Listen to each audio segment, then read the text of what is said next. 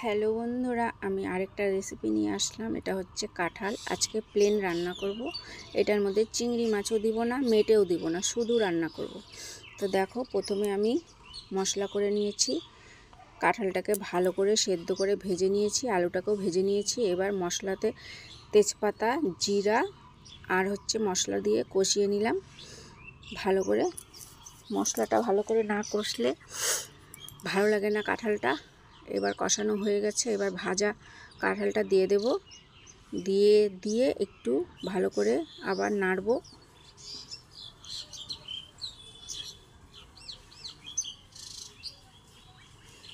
তো দেখবে, শুধু কাঁঠালের তরকারিটাই খেতে ভালো লাগে, মাখা মাখা হবে। তো ঝোলটা দিয়ে দিয়েছি।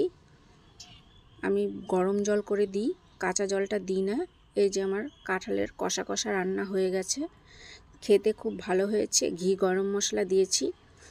প্লেন তোমরাও করবে, সবসময় তো মাছ ভালো লাগে না, তাই প্লেন রান্না করেছি। ভালো লাগলে লাইক কমেন্ট শেয়ার করবে। সুস্থ থাকবে, ভালো